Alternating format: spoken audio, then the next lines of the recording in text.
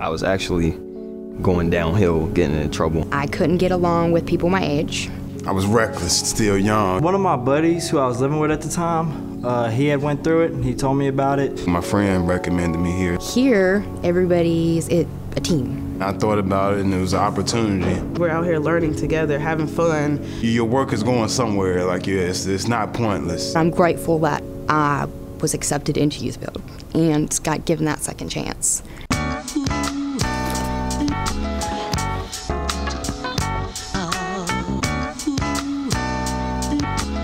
My name is Kevin McNeil. I've been with YouthBuild 4 years now. YouthBuild in Roanoke has been around in various forms for about 15 years. Focus has always been on getting young people more educated and better prepared for life, and also giving back to the community.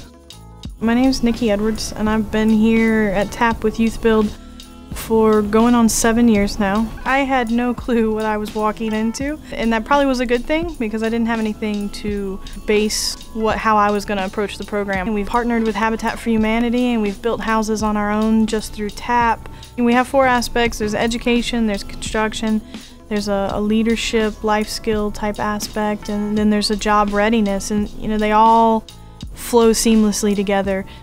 My name is Brian Clark. I'm the construction director for Habitat for Humanity in the Roanoke Valley.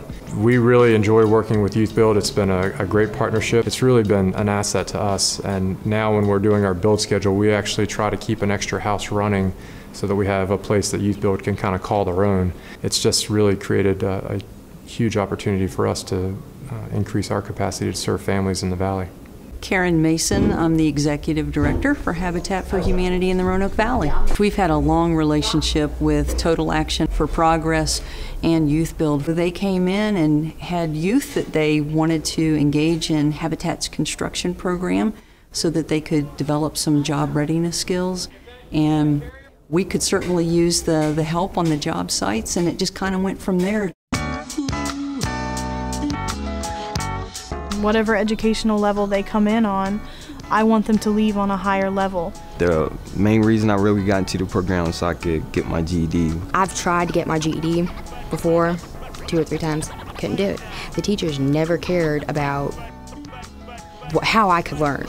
I have plans available, but I always try and be open-minded about those plans. Miss Nikki goes through our notebooks and checks over all the lessons and units and stuff that we went over just to make sure that we're all getting it. It's 101 every time, people doing different stuff. Everything is individualized. Each student is learning on their own at their own pace. The class is smaller, not too many people in there to distract you or get you off task. They got us doing individual work out of certain books because certain people might need help in one subject and somebody else might need help in a different subject. They're out on the construction site, they're measuring, they're hammering, they're cutting. So when you come in here in the classroom, instead of using a ruler, let's use the measuring tape.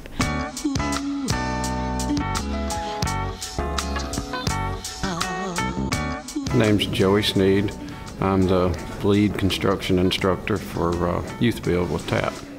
I've never been around anything like this. I come from a cabinet industry. I was a little reluctant in coming in, but I went on and took the job, and it's been a very rewarding job.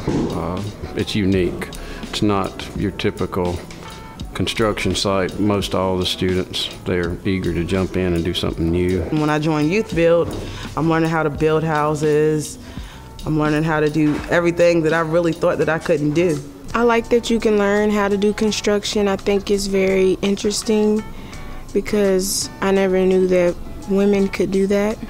Most all the students have issues outside of school here, so it's a challenge to keep up with all of that and try to keep them going and keep them, where they can come to school. You try to be a parent to these students too, because a lot of them, come from broken homes and they don't have that guidance. My name's Chris Bittinger. I'm a project manager for Habitat for Humanity. Kind of work with the YouthBuild group here. When I get to kind of mentor with these groups, it's great. You can see the change in attitude, the change in what they know. It's kind of cool to be a part of that as well. Well, the mental toughness, it's usually a 1 week or a 2 week program. We put them on some of our hardest jobs and break the bad ones and keep the good ones. I didn't know if I could make it or not. And then within, I'd say about the first week, like, I can do this. In our environment, it's much different because I deal with their everyday life issues. We keep positive contact with them for a minimum of a year when they exit the program, and you get that opportunity to see them continue to progress. There's a consistency to it, and that is the wonderful part about it. Like, I've never had a schedule, no routine. They might not know it, but they crave structure. You gotta have structure at every day-to-day schedule. You know, you wake up, you got something that you know you have to get done that day. We've had students who've not wanted to leave because for them, we've been the most stable environment they've had in a great long time. Like, everybody is here for one another, and I think that my whole life, that's what's been missing. We have a whole leadership and problem-solving element to the program. You can tell when they're having struggles because they come back to this place, and we help them work through it. Make sure you stay out of trouble and come here so you don't get in trouble. And he makes you think about your future a lot. They've learned the idea of giving back to the community through community service. Right now we're building in the neighborhood that I live in. Like to see new houses coming up and people moving in. That's like a good feeling to me. Let me know I'm doing something good for my community. They've become a positive part of their community. We try and start job readiness from day one. We have a dress code here in the program. They're expected to be here on time. They have a handbook that they follow. And all of that is to prep them for a real job. We provide skills training with trade schools. We do apprenticeships. We do job placement for students. I know that they have pursued jobs in construction later on. I've had a couple of them call me up to be a reference. You're learning different trades. And with these trades, there are a lot of jobs that's hiring for trades like this. I like building houses. I like doing windows and everything. I like it.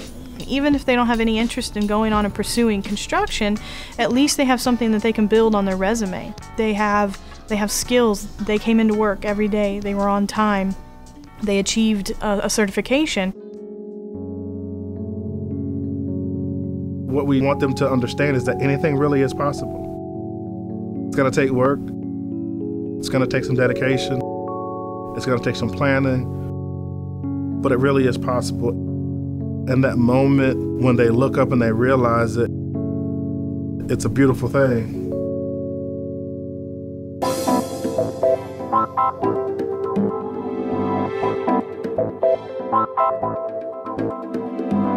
We helped build this house. We were part of building that house. It's the best thing that happened in my life so far. Everyone really came in, got together, and we really helped this family get their house together for them. We did a lot that day.